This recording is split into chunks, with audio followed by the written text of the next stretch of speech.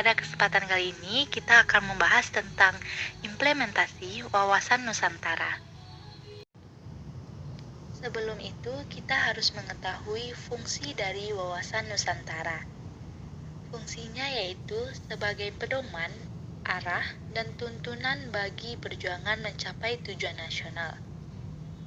Kemudian, manifestasi wawasan nasional ditentukan oleh bagaimana suatu bangsa berdialog aktif dengan kondisi objektif, kondisi subjektif, dan kondisi idealistik. Selanjutnya, arah pandangan wawasan Nusantara terbagi menjadi dua, yaitu mawas ke dalam dan mawas keluar. Mawas ke dalam, yang pertama, mewujudkan persatuan dan kesatuan nasional yang kokoh dalam kebinekaan. Yang kedua, mencegah sedini mungkin faktor-faktor yang dapat menimbulkan disintegrasi nasional. Selanjutnya, mawas keluar. Yang pertama, berpartisipasi aktif dalam usaha mewujudkan ketertiban dunia. Yang kedua, sikap yang bebas dan aktif. Kemudian, implementasi wawasan Nusantara ini terbagi menjadi 4. Yang pertama, Kepulauan Nusantara sebagai kesatuan sosial budaya. Yang kedua, Kepulauan Nusantara sebagai kesatuan politik. Yang ketiga, Kepulauan Nusantara sebagai kesatuan pertahanan keamanan. Dan yang keempat, Kepulauan Nusantara sebagai kesatuan ekonomi. Poin yang pertama, Nusantara sebagai kesatuan sosial budaya. Yang pertama, masyarakat Indonesia adalah satu. Yang kedua, kehidupan yang serasi dan memiliki tingkat kemajuan yang sama, merata, dan seimbang. Yang ketiga, keragaman budaya merupakan kekayaan yang menjadi modal dan landasan pengembangan budaya bangsa seluruhnya.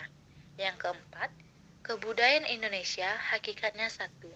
Dan yang terakhir, keragaman budaya adalah kebanggaan bersama milik bangsa.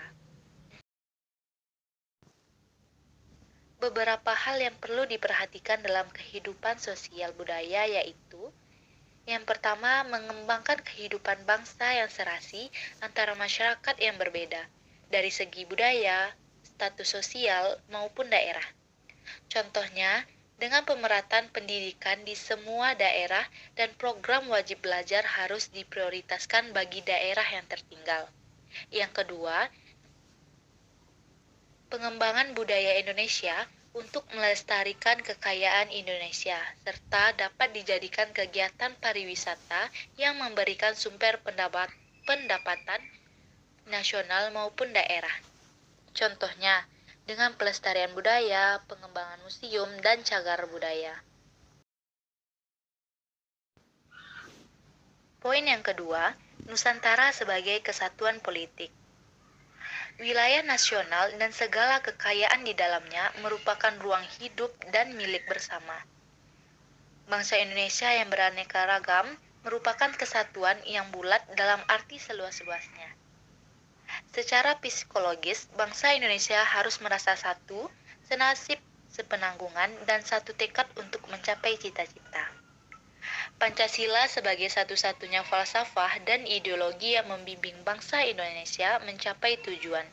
Dan yang terakhir, seluruh kepulauan Nusantara merupakan satu kesatuan hukum nasional yang mengabdi kepada kepentingan nasional. Ada beberapa hal yang perlu diperhatikan dalam mengimplementasikan wawasan Nusantara, yaitu pelaksanaan kehidupan politik yang diatur dalam undang-undang seperti Undang-Undang Partai Politik, Undang-Undang Pemilihan Umum, dan Undang-Undang Pemilihan Presiden. Pelaksanaan undang-undang tersebut harus sesuai hukum dan mementingkan persatuan bangsa. Contohnya, seperti dalam pemilihan presiden, anggota DPR, dan kepala daerah harus menjalankan prinsip demokratis dan keadilan, sehingga tidak menghancurkan persatuan dan kesatuan bangsa. Pelaksanaan kehidupan bermasyarakat dan bernegara di Indonesia harus sesuai dengan hukum yang berlaku. Seluruh bangsa Indonesia harus mempunyai dasar hukum yang sama bagi setiap organ negara tanpa pengecualian. Di Indonesia terdapat banyak produk hukum yang dapat ditertibkan oleh provinsi dan kabupaten dalam bentuk peraturan daerah, yang tidak bertentangan dengan hukum yang berlaku secara nasional. Mengembangkan sikap hak asasi manusia dan sikap pluralisme untuk mempersatukan berbagai suku, agama, dan bahasa yang berbeda sehingga menumbuhkan sikap toleransi. Memperkuat komitmen politik terhadap partai politik dan lembaga pemerintahan untuk meningkatkan semangat kebangsaan dan kesatuan. Meningkatkan peran Indonesia dalam kancah internasional merupakan upaya penjagaan wilayah Indonesia, terutama pulau-pulau terluar dan pulau-pulau kosong. Baiklah, ini merupakan contoh dari implementasi Nusantara sebagai kesatuan politik, yaitu pada pemilihan presiden, anggota DPR, dan kepala daerah. Yang ketiga ialah Nusantara sebagai kesatuan ekonomi. Kekayaan wilayah Nusantara, baik potensial maupun efektif, merupakan modal dan milik bersama bangsa. Keperluan sehari-hari harus tersedia merata di seluruh wilayah tanah air. Tingkat perkembangan ekonomi harus serasi dan seimbang di seluruh wilayah tanpa meninggalkan ciri khas setiap daerah dalam mengembangkan kehidupan ekonominya. Baik, yang selanjutnya ialah wilayah Nusantara mempunyai potensi ekonomi yang tinggi, seperti posisi pada Khatulistiwa, wilayah laut yang luas, hutan tropis yang besar, hasil tambang dan minyak yang besar, serta memiliki penduduk dalam jumlah yang cukup besar.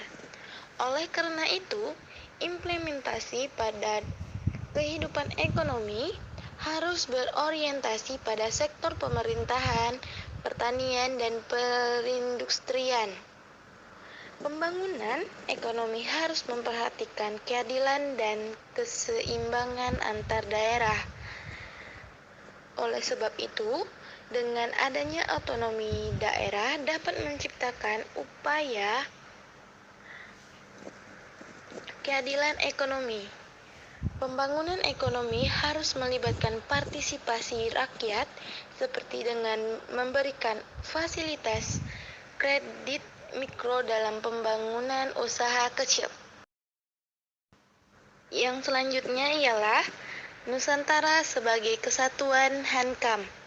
Ancaman terhadap satu pulau atau daerah hakikatnya merupakan ancaman terhadap seluruh bangsa dan negara.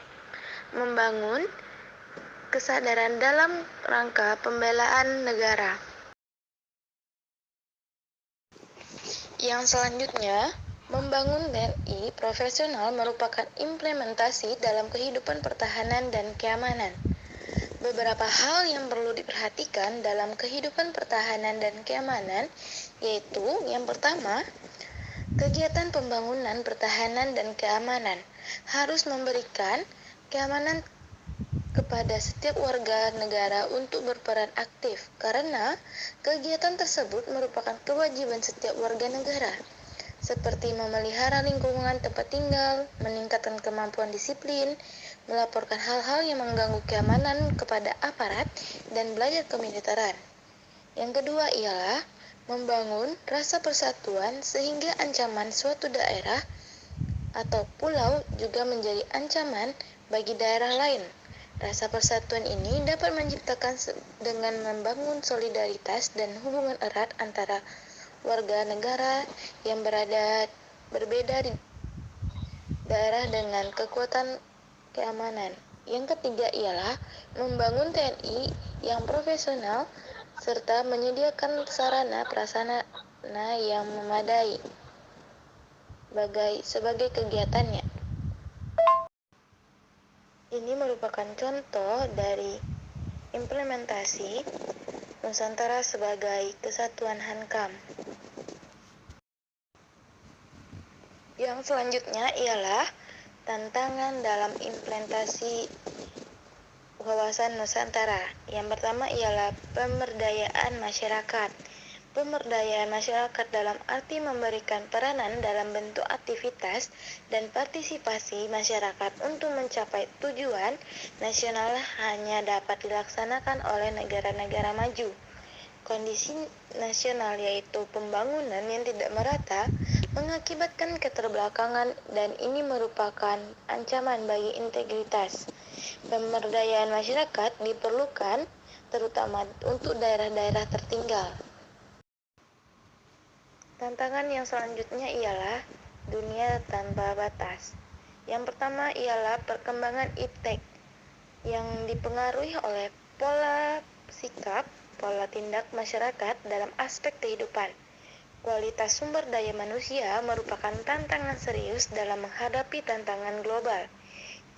Yang kedua, kehidupan dalam satu negara tidak mungkin dapat membatasi kekuatan global yang berupa informasi, investasi, industri, dan konsumen yang makin individual. Yang selanjutnya, tantangan pada era baru kapitalis.